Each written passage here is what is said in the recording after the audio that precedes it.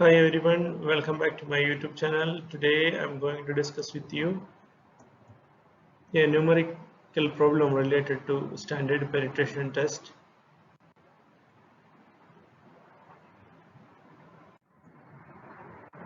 The given numerical problem is related to the corrections applied in standard penetration value.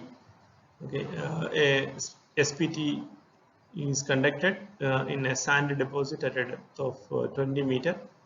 Water table is at 8 meter below ground level. If n value is 40, n value is nothing but standard penetration test value. Find the corrected n value.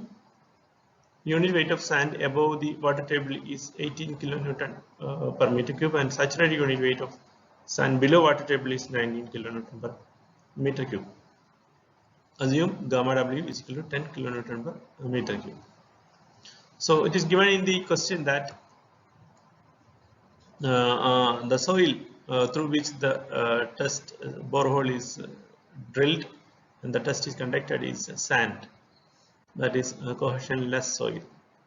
Okay, first of all you have to have a diagram like this. You can see here at below 8 meter there is water table and ground level water table, and below that up to a meter of 20, up to a depth of 20 meter you have the borehole. Then the test is done here at the base of the borehole. Okay. The first step is to apply the correction for overburden pressure. The test is carried out here. Okay, so it means that there is a huge quantity of soil above this level. So you can adopt this expression. Corrected n value is equal to 0.77 times log 2000 by q to the base 10, and all into the field value of n. So when the n value is obtained while doing the experiment, so it should be less than or equal to 2 times of n value, that is the 2 times of n value already given in the question. Okay, this is the case for cohesionless deposit. And let us see how we can calculate this.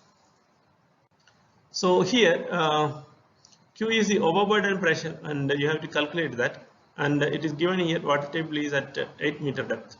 So up to 8 meter depth you can use the bulk unit weight of soil, which is given here, and below that you can go with the submerged unit weight of soil.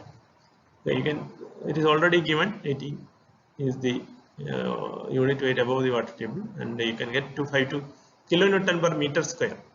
Okay, just substitute here, you will get that much is the value of Q. Substitute this one in equation 1, and you will get 27.7 approximated to 27. So this is the corrected n value for the overburden pressure. And now there is a water table, so it means that so there will be dilatancy correction, even because the water table is well above the test point. Okay, so correction for dilatancy can be done by using this simple expression. Okay, and this n dash value here, this is actually the value which you got after doing the first correction. Okay, substitute in this, you will get 21. 21 is the final corrected n value, and so this is the final answer. This type of question will be asked. Okay, so sometimes the water table, the given case may be like this: water table is at the ground level. In that case, you have to choose throughout this depth, you have to choose only the submerged unit weight and apply the water table correction, that is dilatancy correction. Okay, but in some cases the water table will be well below the base of this borehole. So in that case, you can directly use gamma value which is given. There is no need to go for submerged unit weight of soil. There is no need to go for even dilatancy correction, because the water table effect of water table is nullified or not applicable in this case. Thank you very much for listening to this lecture. We will meet again next time with a new video.